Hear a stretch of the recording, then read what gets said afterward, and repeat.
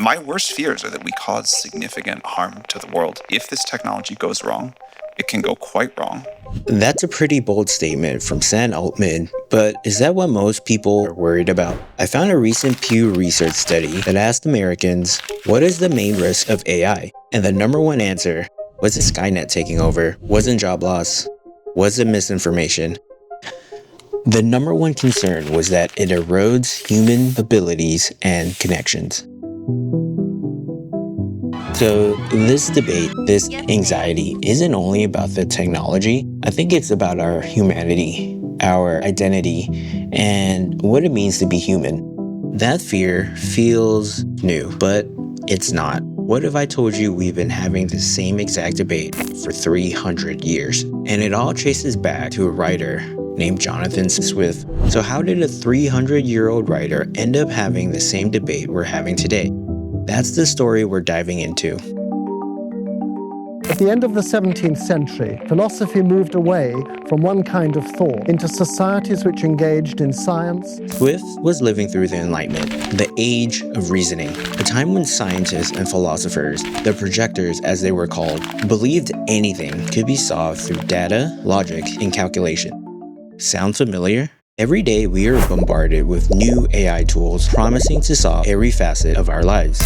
Companies spend billions of dollars on the belief that if they have just enough data, just enough compute power, they can solve any problem. But then it goes one step further. We see AI creating art, writing poetry, composing music, these things we thought were uniquely human. This was the exact arrogance Swift was attacking. The idea that you can replace activities that define our identity and humanity with mere calculations.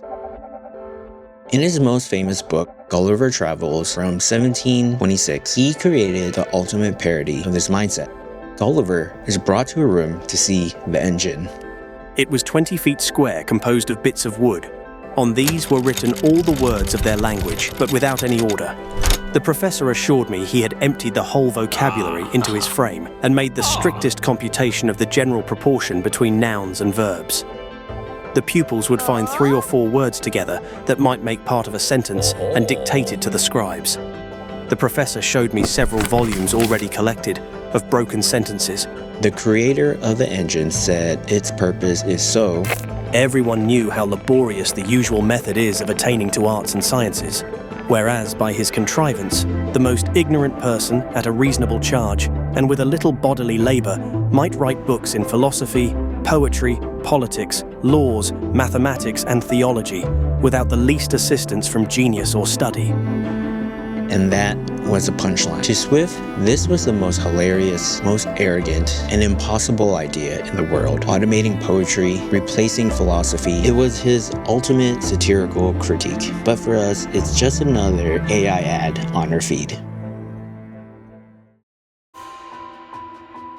So, Jonathan Swift wrote the engine as a joke. The most absurd, impossible, and arrogant idea he could imagine. But his joke failed. It failed because what was satire in 1726 is just what we in 2025 call progress. That 300-year-old engine isn't just a thought experiment anymore. It's in our offices, writing our emails, in our studios, composing our music. It's on our feeds, generating our art. The very thing that Swift presented as a punchline has become the entire business model.